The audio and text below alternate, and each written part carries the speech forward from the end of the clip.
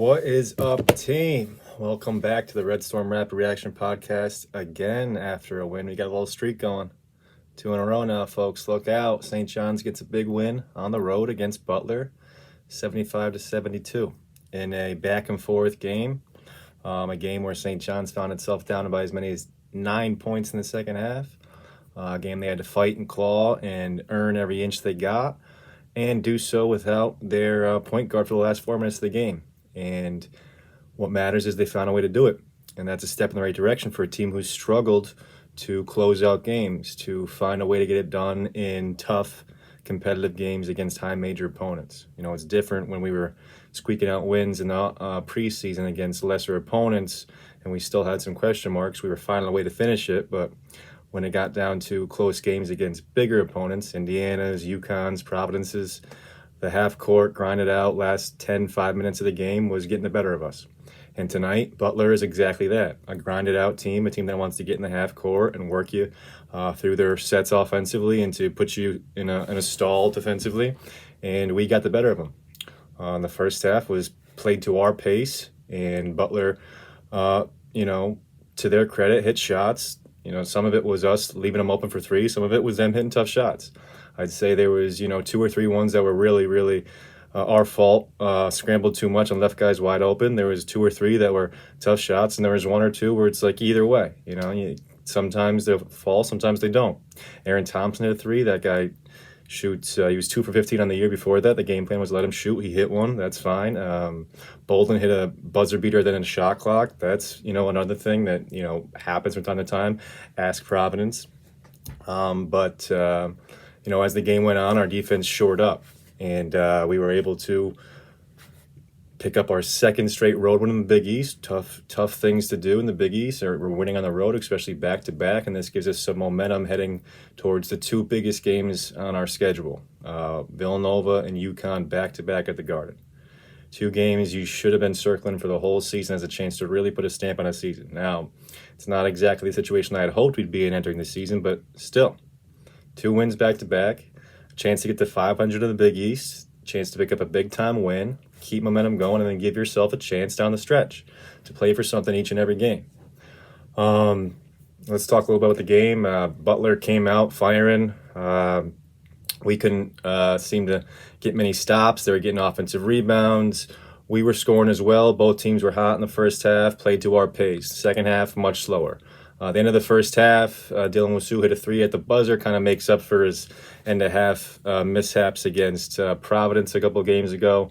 But we went into halftime tied. And to start the second half, Butler got going a little bit, ended up getting as much as a 9-point lead. They were kind of exploiting our big men, especially Soriano, who had a great game offensively on the pick and rolls and switching defense. And Chuck Harris got a couple quick baskets, both of which were when he was able to isolate against Soriano. And they started to know what they were able to do and how to get the points. And St. John's adjusted. And the best thing about the adjustment is we went to zone, right? We went to zone. And when we went to zone, those first 2 possessions, Butler actually hit 2 threes. And it would have been real easy for Mike Anderson to say, well, we tried the zone out, it didn't work out. But sometimes shots just fall, okay? It doesn't mean it was the defense that was bad. They had to keep giving it a look to see if it worked, all right? And they continued to work on the zone, and they worked out the kinks. They weren't moving around as much. They had some guys in the inside a couple times. It was Soriano. Once it was Stanley, who was responsible for the middle of the paint on the zone, or trying to close out on shooters on the perimeter in the zone. And we adjusted, we made some changes, and it worked. And that zone played a big part in our ability to slow down Butler and to come back. During that stretch, I'd like to just point out, Omar Stanley, a guy who, if you just looked at the stat sheet, he had a 1 point and 1 rebound in 9 minutes. All right, but that's if you just looked at the stat sheet. Second half, he came in, we were down 5. He was on the court for the whole stretch of our 10-0 run. When he left the game, we were down 1 point. Okay, the whole game. I just rewatched the whole game. No offensive rebounds when Omar Stanley was in the game. All right, he had no turnovers. He had no fouls, and our big men really struggled not fouling on the perimeter for what we asked them to do defensively. Okay, he had 0 missed shots. Okay, so 0 turnovers, 0 missed shots, 0 fouls, 0 offensive rebounds for Butler in the game. Okay, that's knowing what you're good at and what you're capable of doing. He's not trying to do things he can't do. All right, he's busting his ass. He's boxing out. He's hustling on defense. He's making a big difference. All right, I'd love to see his plus minus for today's game.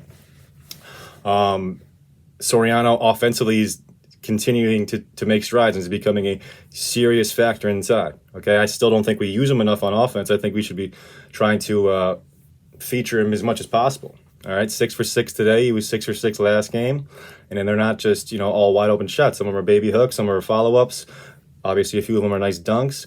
But he's getting more and more comfortable finishing around the basket, and he's a presence blocking shots. Unfortunately, in the scheme we run defensively, I still think he gets exposed too much, and I'm not even blaming him. I think we're just asking him to do too much. I will say he's a really good offensive rebounder, and he's not a bad defensive rebounder. He picks them up just because his sheer size and his ability, but he does not look to box out. All right, he hopes that his size will be enough, and there's plenty of times throughout the game. The first 5 minutes of this game, Butler got a handful of offensive rebounds. The first 5 minutes of the second half, Butler got a handful of offensive rebounds. They finished today with 8 offensive rebounds total. We did win the rebounding battle by 2, 29-27, but we did give up 8 offensive rebounds. And those 9 minutes that Stanley was in, they got 0, so that means they had 8 offensive rebounds in the other 31 minutes of the game. All right, and a lot of those open threes Butler hit in the first half, at least 2 of them came off offensive rebounds, scramble type situations.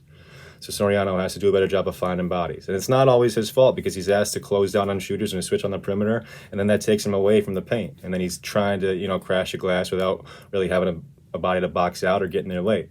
But he should be able to just box out 2 or 3 guys at a time, a guy his size, right? Obviously, I'm kidding a little bit there, but he does need to have more of a concerted effort.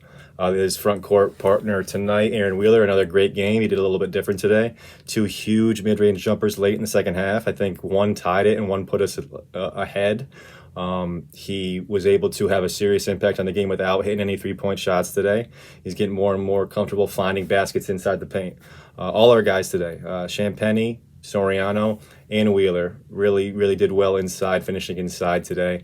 We were able to get some easy buckets. Champagnie, another guy who didn't have any threes today, but still was able to be a scorer and hit some big shots throughout the game. What he finished with, Champagnie finished with 21 points, 6 for 17 from the field. It was 9 for 10 from the field, from the free throw line, including 4. Maybe even 6 down the stretch, at least 4 down the stretch. I think he might have had 6 in the last 4 minutes. He had 8 rebounds, 2 steals, 1 assist, 2 turnovers, a really good all-around game, and he just didn't find any of his perimeter shots. But most of those perimeter shots today were contested shots with a hand in his face, and they didn't fall, all right? But the shots inside the paint he can get, all right? Little post-ups, we were using them. Guys were cutting, he was finding them. The defense all turns and pays attention to him, so we've got a bunch of possibilities when he does catch the ball in the post. Plus, he's really good using the glass inside the paint, finishing through contact. Posh, hope he's all right. Another good all-around game, not as explosive as a couple games ago, but 12 points, 5 for 11 shooting, 5 assists, only 1 turnover, 2 steals, 2 rebounds. He got hurt on a really nice pass he made to Soriano late in the game for a big-time bucket. He tried to come in for another quick 20 seconds, but immediately had to come back out. I think it's important to notice we were tied when Posh got hurt and went out of the game. All right, when Wusu came in for him, we won the game by 3. Okay, so we were able to finish the game off without Posh and actually win by 3 points in those last 4 minutes. And Dylan Wusu is a guy who gets constantly ripped apart for making mistakes. All right, do I think he's a perfect player? No, I've said it a million times. But in those last 4 minutes, he had a beautiful pass to Champagnie, threaded the needle in the paint. Champagnie gets fouled, makes both free throws. Then he has a great pass to Coburn on a curl cut. All right, Coburn gets fouled, makes both free throws. 2 great passes, neither of them show up in the stat sheet. 4 points we needed. He also gets fouled, makes the front end of a 1-on-1 in a key situation to take the lead. If he didn't get fouled there, he had a great dump-off pass to Soriano. My point is that kid does so many small things, and kids are just people, fans are so anxious to point out the mistakes he made. Why is he passing the ball in? Why is he handling the ball so much? 4.2 assists. He's 6th in the Big East Conference in assists, guys. All right, playing alongside Posh Alexander, who has 5 assists a game. You know how difficult that is? You know how impressive it is to have 4+ assists playing alongside another guy who has 5 assists, playing next to 2 25% three-point shooters? His passing is really special. Really special. Turns it over too much. Makes some mental mistakes. But he's a really solid piece to have, and he's only a sophomore. And his trajectory is right where you want it to be in terms of upperclassmen. Eventually, as a senior, I think he can make an all-conference team in the Big East, and I'm not afraid to say that. Who else played good? I thought Colburn had a really good minutes. He was getting on the floor a few times aside from the baskets he made. Those 2 free throws were huge. He had that one curl in the first half off the inbound play, hit a nice jump shot. He had 1 rebound, no turnovers. He looks like he's getting more comfortable out there on defense. Smith had 2 rebounds, no assists, no points. Again, couldn't hit a shot. But he's out there fighting. He's out there working hard. Looks like Mike Anderson is giving him a shot each game. Hopefully he'll get a shot to fall early on and grow some confidence throughout one of these games, and we can really get a look at him. NY, 2 points, 3 rebounds, 1 assist, 1 block, 1 turnover in 12 minutes. Played some solid minutes. Does make some mistakes. Not really comfortable with the ball. He does look the box out. He does set hard screens. He is athletic and strong enough to hang in the post. And he's getting more and more comfortable. I think NY and Stanley together do a pretty good job as a backup defensive unit. And I think there's potential for Stanley especially to grow into a bigger role. But Mathis is the one guy who didn't really get going offensively in terms of the starters. Perimeter offense is struggling.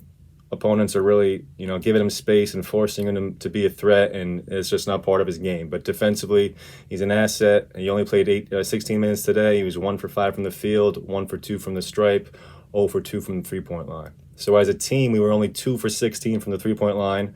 Wusu hit both those threes. No one else hit a 3. All right, that's a negative, but we were still able to get 75 points against Butler. So that shows you that we were pretty good offensively. 21 for 25 from the free throw line. How about that? Who saw that coming tonight? 84%. We've been the last place team in the Big East in terms of free throw shooting through this season so far, and I don't think it's even close. We've seen it firsthand. We don't get there often. When we do get there, we don't make many. But 21 for 25 really came through today on the road in a tough environment. That's big-time stuff. Hopefully that's something we can carry with us going forward. Couple more positives. 15 assists as a team, only 6 turnovers. That's a great number. Our interior baskets, like I said, our bigs finishing inside, us looking to attack the basket. 25 free throws says we were looking to attack. Negatives, perimeter defense. First half was poor. It got tighter as the game went on. It's something that seems to be an Achilles heel for us, especially Mike Anderson coach teams. Pressuring on the defense equates to a lot of scrambling situations, equates to guys getting into the paint and breaking down defense and finding guys on the perimeter. That might not be my preference, might not be my choice of defense, but it's how we play, and you hope that as the St. John's team gets more comfortable playing with each other, and as these guys are more acquainted to the system, I know people hate hearing that, they get better and better at closing up those gaps. What else? Our shooting from the perimeter, our perimeter defense, our 2 negatives. Interior defense was pretty good for the most part, I thought. Soriano is a presence down there blocking shots. Enway is a presence down there blocking shots. Our guards need to do a better job keeping guys in front of them. Wusu got beat a few times on the perimeter. Posh gets beat on the perimeter sometimes. He's such a good defender as a pest and as a nuisance and picking up steals. But they both have a tendency to get beat off the dribble, and that breaks us down and leads to some of those open threes. But we're in a good spot, okay? We're in a decent spot. I shouldn't say a good spot, a decent spot to get our season back underneath us. Home game against Villanova. Should have plenty of momentum, should have a good feeling, a good energy in the crowd. Team should be confident. You pick off that win, you're back to 500 of the Big East. Anything can happen, right? Anything can happen. But guys, I appreciate you tuning in, all right? I love talking to you guys about the game. I love hearing back from you guys. So please subscribe, rate, review. Follow me on Twitter, whatever the case may be. All right, make sure you go shovel your neighbor's driveway. Hunker up for the storm coming. Until next time, this has been Anthony Mason Jr. I am Pat Kane. Peace.